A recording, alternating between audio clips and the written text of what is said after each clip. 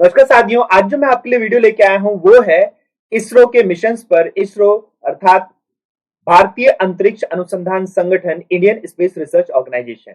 आज हम इसके हिस्टोरिक, कंटेम्प्रेरी और फ्यूचरिस्टिक मिशंस के ऊपर बात करेंगे। इतिहास में इसने कौन कौन से विभिन्न मिशन किए हैं, अभी कौन कौन से मिशन पे इसके चल रहे हैं और साथ ही साथ भविष्य में ये कौन से मिशन लाने वाला है।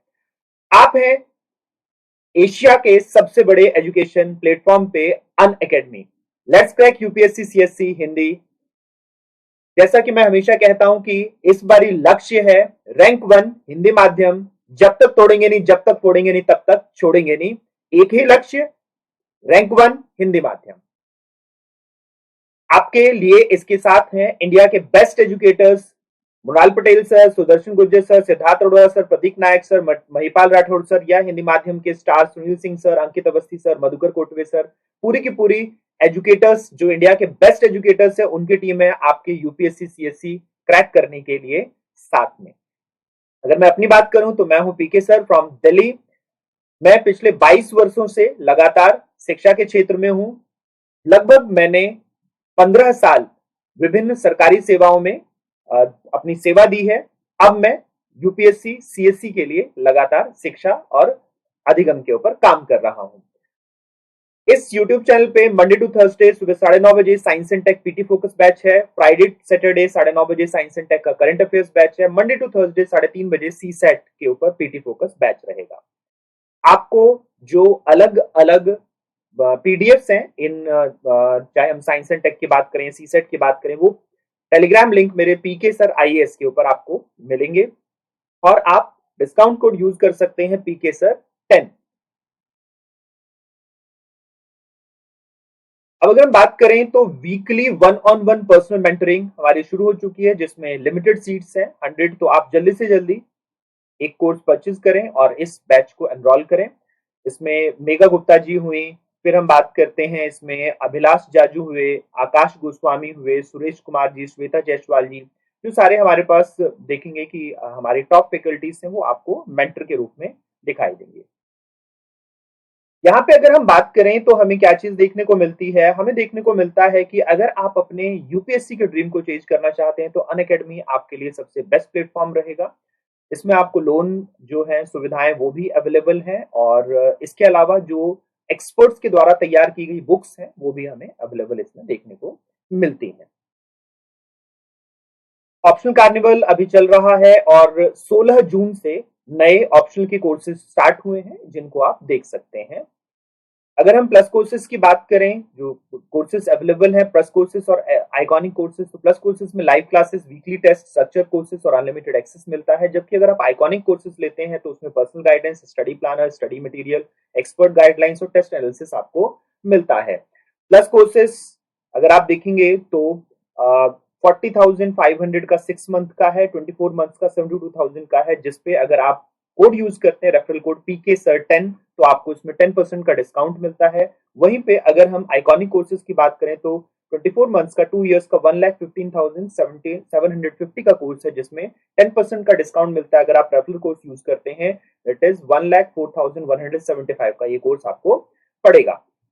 16 जून से जो नए बैचेस स्टार्ट हुए हैं, 1 year batches for UPSC CSC, 2 year batches for UPSC CSC, NCERT batches for UPSC CSC और phoenix revision batches for UPSC CSC, जो कि 2021 के लिए है। इसके अलावा आप फ्री टेस्ट सीरीज हर संडे को दे सकते हैं।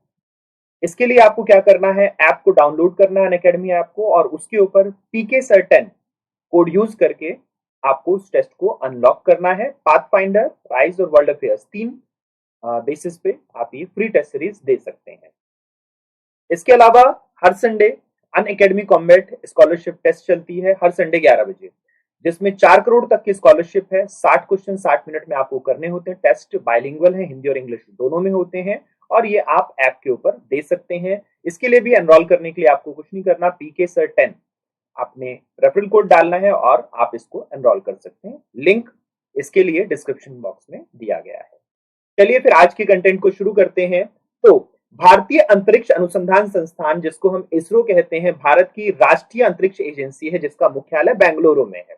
अगर इसके हम बात करें तो अंतरिक्ष आधारित जितने भी अनुप्रयोग हैं, अंतरिक्ष में जितने भी अन्वेषण होंगे, खोजें होंगी, इससे संबंधित प्रौद्योगिकियां जैसे कि रॉकेट लॉन्चर हो गया, उपग्रह हो गए, इनके संबंधी विकास, इन सबको करने के लिए भारत की जो प्राथमिक एजेंसी है वो इसरो रहेगी।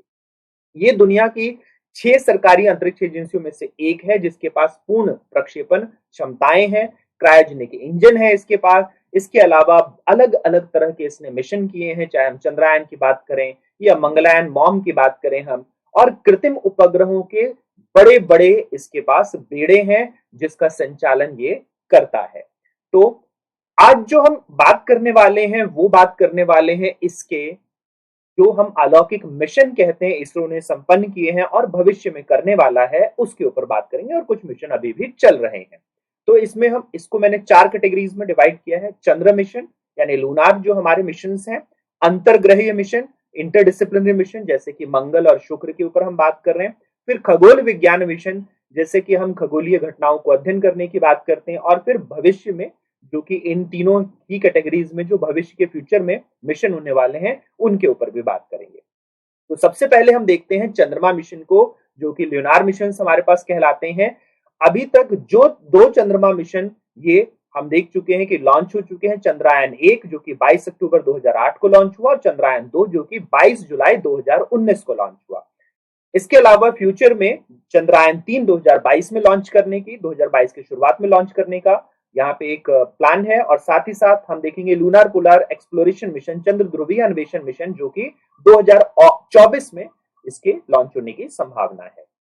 अगर मैं चंद्रयान 1 की बात करूं तो चंद्रयान 1 भारत की पहले चंद्र लॉन्च था। इससे जो हमारा हम इन्वेस्टिगेशन देखेंगे चांद का, ये पहला था। इसमें 22 अक्टूबर 2008 को इसको लॉन्च किया गया और 8 नवंबर 2008 को ये सफलतापूर्वक चंद्रमा की कक्षा में स्थापित हो गया था। अगस्त 2009 तक इसे संचालित किया गया और इसके माध्यम से चंद्रमा के बारे में विभिन्न जानकारियां इकट्ठी की गई। अब यहां पर हम देखेंगे कि चंद्रमा पर पहली बारी पानी की खोज करने का श्रेय इसी को जाता है। इस मिशन में एक ऑर्बिटर था चांद का और एक इंपैक्टर था। एक इंपैक्टर हम देखेंगे जो कि इंपैक्ट करके अलग अलग जानकारियां प्राप्त करता है। इससे अंतरिक्ष कार्यक्रम को एक बहुत बड़ा बूस्ट मिला था, क्योंकि इसके माध्यम से जो जितनी तकनीकें थी जो हमें विभिन्न ग्रहों पर या विभिन्न जो हम देखेंगे कि खगोलीय घटनाओं में अध्ययन करने के लिए चाहिए थी, वो सबका सब इंडिजिनस था। हमने घरेलू तौर पर उसको तैयार किया था। तो इससे एक तो साख बढ़ी, इससे हमारी प्रौद्योगिकी का भी बहुत अच्छा विकास हुआ। तो तकनीकी शोध और प्रौद्योगिकी इन तीनों का बहुत अच्छा विकास हमें इसके माध्यम से देखने को मिला। अगला मिशन चंद्रयान 2 जो कि पार्शियली सक्सेसफुल रहा, उसमें कुछ फेलियर्स भी हमें देखने को मिले। इसमें ऑर्बिटर, लैंडर और रोवर था, और मुख्य उद्देश्य जो हमने जल की खोज की थी उसमें जल के स्थान और जल की प्रचुरता कितनी है इसका मानचित्रण करने का इसका मुख्य उद्देश्य था। ऑर्बिटर अभी तक कार्य कर रहा है और विभिन्न जानकारियां इकट्ठी कर रहा है, लेकिन लैंडर जो था इसका, जिसमें रोवर भी था, वो चांद की सतह पर क्रैश हो गए थे अंतिम चरण के दौरान, और वो क्रैश हो गए थे, दुर्घटनाग्रस्त हो गए थे, तो वो नष्ट हो गए। इसीलिए अब हम अगले मिशन के ऊपर अब सोच रहे हैं।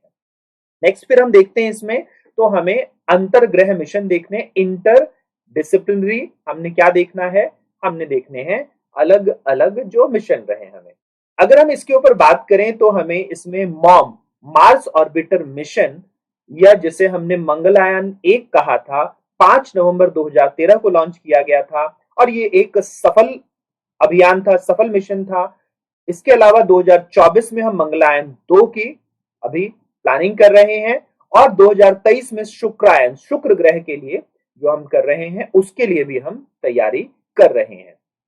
तो अगर हम मार्स ऑर्बिटर मिशन यानी मॉम की बात करें, जिसे मंगलयान 1 भी कहा जाता है, 24 सितंबर 2014 से मंगल की परिक्रमा करने वाला एक अंतरिक्ष यान है। अगर हम बात करें तो इसरो द्वारा 5 नवंबर 2013 को इसे लॉन्च किया गया, और यह पहला अंतर्ग्रह मिशन था। इसको सोवियत अंतरिक्ष कार्यक्रम नासा और यूरोपीय अंतरिक्ष एजेंसियों के बाद मंगल पर पहुंचने वाली चौथी अंतरिक्ष एजेंसी बनी। भारत मंगल की कक्षा में पहुंचने वाला पहला एशियाई देश था, और अपने पहले प्रयास में सफलता प्राप्त करने वाला पहला देश है। इससे पहले अगर हम बात करें सोवियत यूनियन की, हम बात करें नासा की, या हम बात करें यूरोपियन अंतरिक्ष एजेंसी की, तो इन सब के शुरुआती प्रयोग जो थे वो फेल रहे थे। भारत ने अपने पहले प्रयास में इसको प्राप्त किया है। नेक्स्ट हम इसमें देखते हैं खगोल विज्ञान मिशन। तो जब हम एस्ट्रोनॉमिकल की बात करते हैं तो इसमें एस्ट्रोसैट हो गया, गंगायन हो गया, आदित्य L1 हो गया, रिसैट 1A हो गया, निसार हो गया। ये हमारे क्या देखते हैं हम, हमारे मिशंस हैं, जिसमें एस्ट्रोसैट हम जो 28 सितंबर 2015 को हम लॉन्च कर चुके हैं। गंगायन 2022 की शुरुआत में, आदित्य एल भी 2022 की शुरुआत में, रिसैट 1 भी 2022 की शुरुआत में और निसार भी 2022 की शुरुआत में हमें जो है लॉन्च करने की हम प्लानिंग कर रहे हैं। अगर हम एस्ट्रोसैट की बात करें तो 28 सितंबर 2015 को इसरो द्वारा लॉन्च किया गया भारतीय खगोल विज्ञान उपग्रह मिशन है। ये पूरा का पूरा खगोल विज्ञान के लिए है। इसमें एक्सरे है, यूवी स्पेक्ट्रल बैंड है, जो कि आकाशीय पिंड और ब्रह्मांड में विभिन्न स्रोत हैं जिनसे रोशनी आ सकती है, उनके बहुतरंग दैर्ध्य अवलोकन को ये अध्ययन करने में सक्षम है, अवलोकन करने में सक्षम है। एस्ट्रोसैट की विशेषता दृश्य हो गया, यूवी स्पेक्ट्रल बैंड हो गया, नरम और कठोर एक्सरे क्षेत्रों में फैले व्यापक वर्णक्रम जितने भी मिलेंगे, जितने भी स्पेक्ट्रम मिलेंगे, इसकी सभी की सभी कवरेज इसमें निहित है। इसलिए ये एक लार्ज स्केल के ऊपर सभी खगोलीय पिंडों को अध्ययन करने के लिए एक अच्छा हमें उपग्रह देखने को मिलता है। अब हम भविष्य के मिशन की बात करें, बाकी जो शुरू की तीनों कैटेगरीज थी उसमें, तो सबसे पहले हम देखते हैं चंद्रयान 3, जो कि 2022 में ये चंद्रयान 2 का मिशन रिपीट है। वहां पे हमें फेलियर देखने को मिला, lander, rover, propulsion module. Lander और रोवर हमारे पास वहां पे दुर्घटनाग्रस्त हो गए थे आखिरी क्षणों में। तो अब प्रोपल्शन मॉड्यूल के साथ इसको दोबारा से, और इसके बाद फिर हम चंद्रमा के सतह पर इसको सॉफ्ट लैंडिंग का प्रयास करेंगे। खासकर हम यहाँ पर साउथ पोल पर करते हैं, जो कि हमें दिखाई नहीं दे रहा, हमसे विपरीत तरफ है। तो वहां पर अब इसका प्रयास किया जाएगा और ये भी 2022 की शुरुआत में इसको प्रयास किया जाएगा। फिर हम बात करते हैं चंद्र ध्रुवीय अन्वेषण मिशन। 2024 में चंद्रमा के दक्षिणी ध्रुव क्षेत्र का पता लगाने के लिए जक्सा, जापान की जो हमारे पास एरोस्पेस कंपनी है उसका, और इसरो द्वारा एक अवधारणा मिशन, एक संयुक्त मिशन है। इसको औपचारिक रूप से वित्त पोषण और योजना के लिए प्रस्तावित अभी तक नहीं किया गया। जैसे इसका प्रस्ताव आता है इसके बाद इसके ऊपर हम और बातें करेंगे, लेकिन 2024 में इसको प्लान किया जा रहा है। मंगलयान 2 की हम बात कर रहे हैं, मॉम 2। इसमें दूसरा इंटरप्लेनेटरी मिशन है। इसमें भारतीय अंतरिक्ष अनुसंधान संगठन द्वारा 2024 में इसको मंगल ग्रह पे लॉन्च करने की योजना है। इसमें भी एक ऑर्बिटर, अभी तक हम सिर्फ ऑर्बिटर को लेके चल रहे थे, अब लैंडर और रोवर इसमें भी शामिल नहीं है। फिर हम बात करते हैं शुक्रायन, जिसको 2023 में विनीशियस ऑर्बिटर मिशन, शुक्र के वातावरण का अध्ययन करने के लिए एक ऑर्बिटर मिशन होगा और इसकी योजनाबद्ध प्रक्रिया करेगा शुक्र का, और उसके बारे में विभिन्न तरह की सूचनाएं प्राप्त करेगा। फिर हम बात करते हैं गगनयान। गगनयान एक जो है संयुक्त रूप से इसरो और HAL द्वारा, जो हिंदुस्तान एरोनॉटिक्स लिमिटेड है, इस कंपनी के द्वारा संयुक्त रूप से अंतरिक्ष यान बनाया जा रहा है, जिससे मानव जो हमारे पास है, मानव को हम अंतरिक्ष यान के रूप, कार्यक्रम के रूप में देख रहे हैं, और फिर हम ह्यूमन जो स्पेस मिशन है उसको भी लेके यहां पर चलेंगे। अंतरिक्ष यान को 3 लोगों को अंतरिक्ष में ले जाने और फिर वापस लाने के लिए डिजाइन किया जा रहा है, और इसमें डॉकिंग क्षमता रहेगी। इसमें हम देखेंगे कि उसका उन्नत संस्करण होगा, जिसमें हम विभिन्न तरह की चीजें जो है स्पेस में जाकर रिसर्च कर सकें उसके लिए। गगनयान हमारा 2022 की शुरुआत में लॉन्च करने की उम्मीद हम कर रहे हैं। फिर आदित्य L1, ये भी एक बहुत ही महत्वाकांक्षी प्रोजेक्ट है, जिसमें हम सूर्य के का अध्ययन करेंगे। तो आदित्य, सूर्य का जैसे नाम जैसे मिल रहा है, दृश्यमान और निकट IR बैंड, जो सोलर कोरोना होता है, जो हमें सूर्य का किरीट दिख रहा है, ये जो आप देखेंगे ना, ये सूर्य का किरीट है।